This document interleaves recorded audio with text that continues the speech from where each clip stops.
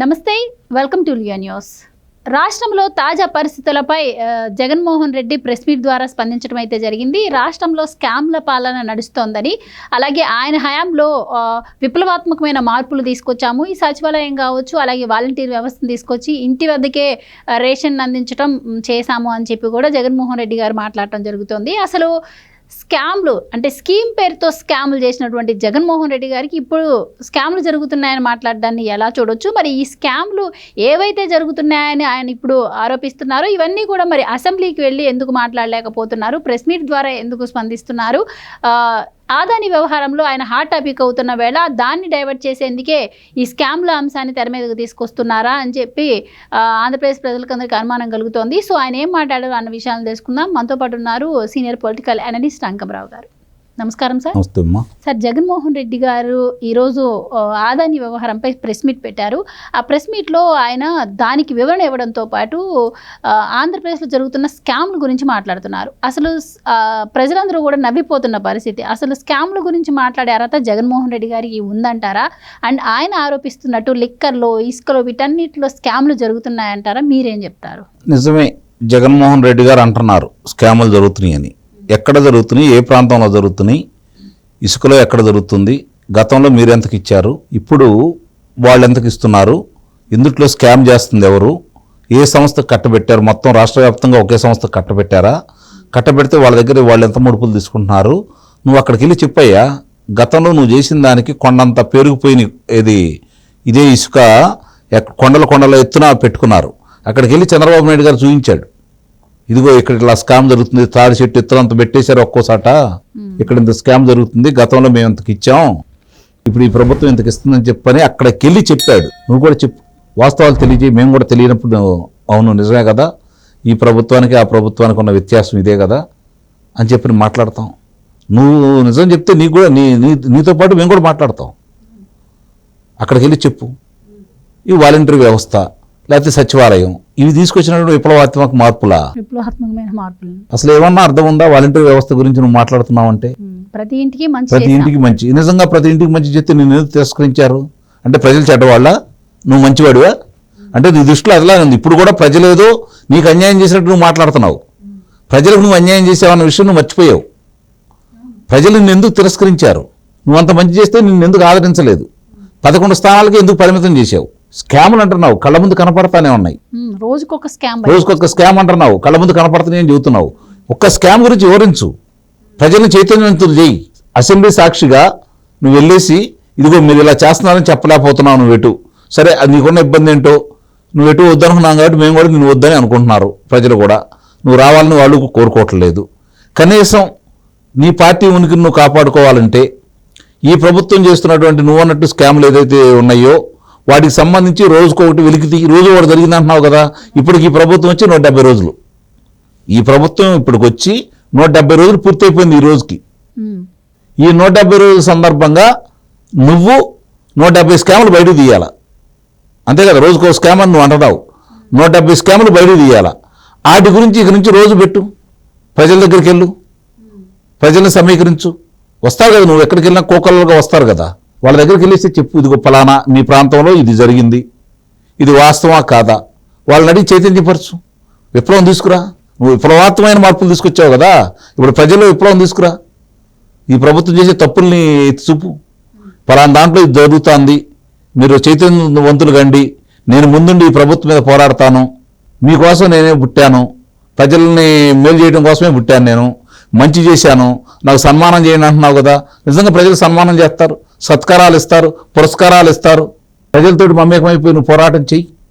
అది వదిలేసి ఇప్పుడు ఈరోజు నువ్వు అమరావతిని నిర్వీర్యం చేశావు. పోలవరాన్ని రివర్స్ టెండరింగ్ పేరు మీద కాలయాపన చేయడానికి, దాన్ని నిర్వీర్యం చేయడానికి నువ్వు ప్రయత్నం చేశావు. 45.72 మీటర్లకి ఈరోజు ఈ ప్రభుత్వం అనుమతులు తెచ్చుకుంది. 40.54 మీటర్లకి నువ్వు ఆ రోజు అనుమతులు ఇట్లానే చేస్తానన్నావు, పక్క రాష్ట్రంతో కుమ్ముక్కైపోయి. మరి ఈరోజు దానికి సంబంధించి ఆ నష్టాన్ని భరించడం కోసం మొదటి దశ 2026 నాటికి పూర్తి చేయడం కోసం 12,000 పైచిలుకు కోట్ల రూపాయలు కేంద్ర ప్రభుత్వం నుంచి అనుమతి తీసుకొచ్చారు. అది ఈ ప్రభుత్వం చేస్తున్నటువంటి తప్ప, అది ఈ ప్రభుత్వం చేస్తున్నటువంటి స్కామా?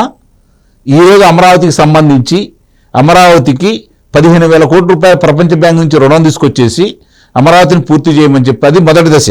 అమరావతిని పూర్తి చేయడానికి 15,000 కోట్ల రూపాయలు రుణం ఇస్తూ ఆంధ్ర రాష్ట్ర ఆర్థిక పరిస్థితిని దృష్టిలో పెట్టుకొని 10% అంటే 1,500 కోట్ల రూపాయలు ఆంధ్ర రాష్ట్రం భరాయించాల్సిన విషయాన్ని కూడా దృష్టిలో పెట్టుకొని ఆంధ్ర రాష్ట్ర ఆర్థికం ఈ రోజులో ఇబ్బందులో ఉంది కాబట్టి అవి కూడా మేమే భరాయిస్తామని చెప్పని కేంద్ర ప్రభుత్వం ముందుకొచ్చి అనుమతులు ఇచ్చింది. ఈ ప్రభుత్వం చేస్తున్నటువంటి స్కామా అవి చాలదన్నట్టు ఇంకో 11,000 కోట్ల రూపాయలు రుణం ఇప్పించడం ఈ ప్రభుత్వం తీసుకొస్తున్నటువంటి స్కామా.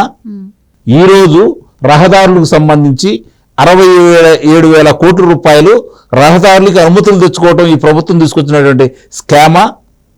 72,000 కోట్ల రూపాయలతోటి రైల్వేల నిర్మాణం రైల్వేలు సంబంధించి 72,000 కోట్ల రూపాయలు తెచ్చుకున్నారు కదా, అది ఈ ప్రభుత్వం చేస్తున్నటువంటి స్కామా. వెరబడి చెప్పురు జనాలకు అర్థమైపోతూ ఉంటుంది. లూలు పరిశ్రమ మళ్ళీ వచ్చి ఇక్కడ పెడతానంటాం ఈ ప్రభుత్వం తీసుకొచ్చినటువంటి స్కామా. లేదు, మొన్న టీసీఎస్ వచ్చింది కదా 10,000 మందికి ఉపాధి కల్పన చేయడం కోసం, అది ఈ ప్రభుత్వం తీసుకొచ్చినటువంటి స్కామా. ప్రజలకు వెరబడి చెప్పాయా, ప్రజలు తెలియదు కదా, తెలుసుకుంటారు దాని గురించి. నువ్వు ఆ రోజు రైతులకి ఏదైతే బకాయిలు ఉన్నావో వాటిని ప్రభుత్వం వచ్చిన తర్వాత 1,600 పైచిలుకు కోట్ల రూపాయలను విడుదల చేసి రైతులకి ఇచ్చింది కదా, అది ఈ ప్రభుత్వం చేస్తున్నటువంటి స్కామా. నువ్వు పంచాయతీల దగ్గర నుంచి పంచాయతీల సొమ్ము నువ్వు తీసుకుంటే ఈ ప్రభుత్వం వచ్చిన తర్వాత 800 పైచిలుకు కోట్ల రూపాయలు పంచాయతీ నిధుల్లో పంచాయతీలకు జమ చేసింది కదా, అది ఈ ప్రభుత్వం చేస్తున్నటువంటి స్కామా. ఈరోజు గుంతల్లో ఉన్నటువంటి రోడ్డుల్ని బాగు చేసే విధంగా నిధులు కేటాయించేసేసి ఈరోజు చేస్తుంది ఈ ప్రభుత్వం. దాంట్లో స్కామ్ కనపడుతుందా నీకు? ఒక్కసారి ప్రజలకు విడమర్చు జగన్మోహన్ రెడ్డి. నువ్వు 5 సంవత్సరాలు పరిపాలన చేసావు కదా, పరిపాలన నీకు అవగాహన ఉంటుంది కదా. ఆ రోజు ఒక వ్యక్తిని నువ్వు అదుపులో తీసుకోవాలి అంటే అర్ధరాత్రి పూట వెళ్ళి వాళ్ళని ఎంతో ఇబ్బంది పెట్టేసి వాళ్ళ ఆరోగ్య పరిస్థితి బాగలేకపోయినా కూడా, శస్త్రచికిత్స జరుగుతున్నా కూడా, రక్తస్రావం అవుతున్నా కూడా నువ్వు వాళ్ళని నిర్బంధంగా తీసుకొచ్చేసి కొన్ని 100 కిలోమీటర్లు తిప్పి చివరికి కరోనా కూడా అంటించేసి వాళ్ళని చంపాలని ప్రయత్నం చేశావు. అదే ఈరోజు కళ్ళ ముందు ఆధారాలు లేవు నీకు. నువ్వు తీసుకొచ్చిన ఆధారాలు ఏమీ లేక వాళ్ళని వదిలిపెట్టేశావు. నిరపరాధులు అని చెప్పి నువ్వే కోర్టుకి న్యాయస్థానానికి చెప్పావు. ఈరోజు అలా కాకుండా ఆధారాలతోటి అదుపులో తీసుకుంటున్నారు. ఇది వీళ్ళు చేస్తున్న తప్ప? ఇప్పుడు చెప్పండి మీరు. సూపర్ 6 అమలు అవ్వట్లేదు, సూపర్ 6 లేదు, సూపర్ 7 కూడా లేదు. అలాగే రెడ్ బుక్ పేరుతో రాజ్యాంగానికి తూట్లు పొడుస్తున్నారని మాట్లాడుతున్నారు. అంటే ఎర్ర పుస్తకం మొదలుపెట్టి ఆయన ఆ రోజు చాలా స్పష్టంగా చెప్పాడు కదా, అవినీతి అధికారులు, సహకరించిన ప్రజాప్రతినిధులు, అన్యాయం చేసినటువంటి వాడు, దౌర్జన్యం చేసినటువంటి వాడు దీంట్లో పొందుపరుస్తున్నాను, ఒక్కొక్కళ్ళు వాళ్ళ సంగతి ఎవరిని వదిలిపెట్టాను అన్నాడు. ఈరోజు 22 మంది ఎస్పీలు ఎక్కడున్నారు? లేదంటే 3 ఐపీఎస్లు ఎక్కడున్నారు? కొంతమంది అధికారులు ఎక్కడున్నారు? ఇవన్నీ దాంట్లోని భాగమే అని చెప్పి నువ్వు భావించలేకపోవడం అనేది నీ అవివేకం. సూపర్ 6 అంటావా? వాళ్ళు ఒక్కొక్క కార్యక్రమం చేసుకుంటూ వస్తున్నారు. ఆర్థిక పరిస్థితి నువ్వేమైనా 1,00,000 కోట్లు ఏమైనా మిగిల్చెళ్ళావా రాంగంలోనే చేయడానికి? ఈ ఆర్థిక పరిస్థితి తెలిసి కూడా నువ్వు ఎందుకు ఈ హామీలు ఇచ్చావని అడుగు తప్పులేదు. ఈ ఆర్థిక పరిస్థితుల్లో ఇంత ఇబ్బందుల్లో ఉంటే అప్పులకు పెద్దగా పోకుండా 3,000 రూపాయలు ఇచ్చి 4,000 రూపాయలు చేసి ఇచ్చిన మాట ప్రకారం ముందు 3 నెలలు కలిపి 7,000 రూపాయలు ఒకేసారి ఇచ్చారు కదా, దాంట్లో నీకు స్కామ్ కనపడిందా? పింఛన్దారులకి, వికలాంగులకి 2 చేశాడు కదా, దాంట్లో నీకు స్కామ్ కనపడిందా? అలాగే దీర్ఘకాలిక రోగగ్రస్తులకు కూడా అధికంగా ఇస్తున్నాడు కదా ఈరోజు, దాంట్లో నీకు స్కామ్ కనపడిందా? అంటే స్కామ్ అంటే ఏంటి జగన్మోహన్ రెడ్డి? ఒకసారి ఆలోచించుకోవాలి కదా. ఈరోజు ఇన్ని పరిస్థితుల్లో, ఇంత ఎదురైతే పరిస్థితుల్లో ఇన్ని పనులు చేసుకుంటూ వెళ్తా ఉంది. నువ్వు నిరుపేదలకి 15 రూపాయలకి 3 పూట్ల దొరికే అన్నా క్యాంటీన్లు మూసేయించి అన్యాయంగా అక్రమంగా చేసావు నువ్వు. ఈరోజు తిరిగి కొనసాగిస్తున్నారు వాళ్ళు. దాంట్లో నీకు స్కామ్ ఏమైనా కనపడుతుందా చెప్పు. దీని గురించి మాట్లాడు. ఈరోజు నువ్వు ఏదైతే వదిలేసావో, ఎవరైతే నిర్లక్ష్యం చేశావో, విద్యారంగానికి సంబంధించి నువ్వు ఎన్ని బకాయిలు ఉన్నావో, చివరికి పిల్లలు తినే చిక్కీల్లో కూడా నువ్వు ఎంత బకాయి ఉన్నావో ఈరోజు వివరాలతో సహా వాళ్ళు చెప్తానే ఉన్నారు కదా. మరి అవి సరి చేసుకుంటూ రాబోతుంది ఈ ప్రభుత్వం. ఓకే, అమ్మఒడి ఇస్తామన్నారు, రేపు తర్వాత ఇస్తామంటున్నారు. రైతుకు భరోసా అన్నారు 20,000 రూపాయలు, తర్వాత ఇస్తామన్నారు. అంతేగాని మేము ఇచ్చామని చెప్పి వాళ్ళు చెప్పట్లేదు కదా. ఆర్థిక పరిస్థితులను బట్టి ఇచ్చుకుంటా ముందుకెళ్దామని చెప్పి వాళ్ళు ముందుకెళ్తా ఉన్నారు. ఓకే, దాని గురించి ప్రజల్లో చెప్పు, ఎందుకు ఇవ్వలేకపోతున్నారో అని అడుగు. ఇవ్వలేకపోవడం ఆర్థిక పరిస్థితిని అంచనా వేసుకొని విధి విధానాలు రూపొందించి ఇస్తామని చెప్పారు కదా. ఆ ఒక్కొక్కటి అదేనా అంటే ఇప్పుడు నిన్న దీపం పథకం కింద ఒక సిలిండర్ మొదలు పెట్టేశారు, రేపు మార్చి తర్వాత ఇంకో సిలిండర్ అంటారు, ఆ తర్వాత 4 నెలలకు ఒక సిలిండర్ కానీ ఇచ్చుకుంటూ వెళ్తారు, ఆ డబ్బులు విడుదల చేశారు, ఆ రోజు జరుగుతూ ఉన్నాయి. మరి ఇప్పుడు ఏముంది, ఇంకేం జరగాలా? ఏం జరుగుతున్నాయి? పోలవరం పరుగులెత్తుతుంది, అమరావతి పరుగులెత్తుతుంది, అడవిగా చేసావు నువ్వు, దాన్ని సర్దిస్తూ ఉన్నారు, నిర్మాణాలు జరుగుతూ ఉన్నాయి, దాన్ని కొనసాగిస్తూ ఉన్నారు. వాళ్ళు దానికి ఒక నిర్దిష్టమైన కాలపరిమితి పెట్టుకున్నారు, వెంటబడతా ఉన్నారు, మీరు ఇది చేయండి అంటున్నారు, ప్రజలను కూడా భాగస్వాములు చేయబోతున్నారు. మరి ఇవన్నీ కూడా వాళ్ళు చేసుకుంటూ వెళ్తున్నారు. ఇంకేంటి నువ్వు చెప్పే స్కాములు? ఇప్పుడు నేను చెప్పిన అన్ని స్కాముల్లా నీకు కనపడుతున్నాయా? ఈరోజు బీపీసీఎల్ వస్తుంది, రమారమి 70,000 కోట్ల రూపాయలు. ముందు మచిలీపట్నం అనుకున్నారు, లోతట్టు ప్రాంతం కాబట్టి, భవిష్యత్తు ఇబ్బంది కాబట్టి దాన్ని మార్చే ప్రక్రియలో వాళ్ళు ఉన్నారు. సంపద సృష్టించారని నువ్వు చెబుతున్నావు. సంపద కనుక నువ్వు సృష్టించేవాడు అయితే 2005లో విద్యుత్ రేట్లు ఎట్లా ఉన్నాయి, 2010లో విద్యుత్ రేట్లు ఎలా ఉన్నాయి, 2015లో విద్యుత్ రేట్లు ఎలా ఉన్నాయి, 2017లో విద్యుత్ రేట్లు ఎలా ఉన్నాయి, ఎంత ఎత్తు నుంచి ఎంత తక్కువకు వచ్చేసినాయి, 10 రూపాయల చిల్లర నుంచి 5 రూపాయల దాకా వచ్చేసినాయి, 16 రూపాయల నుంచి 5 రూపాయలకు వచ్చేసినాయి. మరి నువ్వు ఇప్పుడు 25 సంవత్సరాలు ఒకే రేటు ఉండదని చెప్పి ఎలా చెబుతున్నావు? దానికి ఎలా ఒప్పందం చేసుకున్నావు? విద్యుత్ గురించి చెబుతున్నావు కదా, నువ్వు 1,00,000 కోట్ల రూపాయలు మిగులుస్తున్నానని. 2010లో సోలార్ పవర్ యూనిట్ 12 రూపాయల 16 పైసలు ఉంది. 2016 నాటికి 5 రూపాయల 30 పైసలకు వచ్చింది.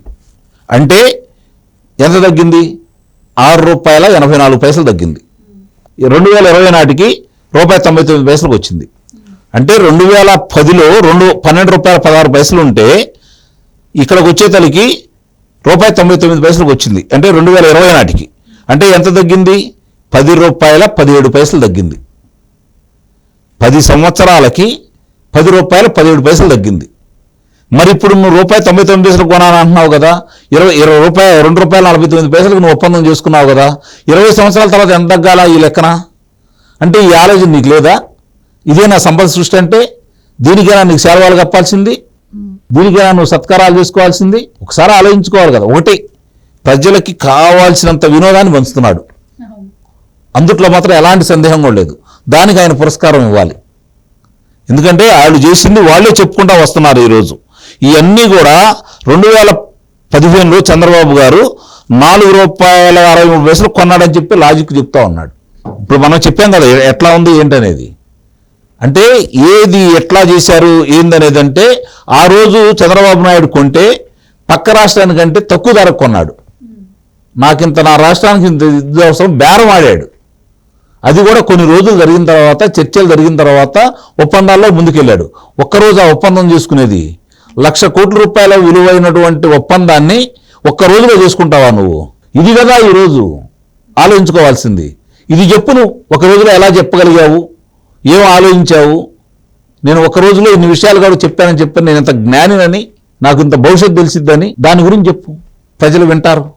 ఏదైనా ఒకటి, రాష్ట్రానికి నువ్వు మేలు చేసావని చెప్పి ప్రజలు భావించలేదు, నువ్వు హాని చేసావని చెప్పి ప్రజలందరూ తీర్మానం చేసుకున్నారు. అందువల్లే నేను ఇంటికి పంపించారు. దాంట్లో ఎలాంటి సందేహం కూడా లేదు. ఇప్పుడు నువ్వు వచ్చి చేతే వినే పరిస్థితుల్లో ప్రజలైతే లేరు.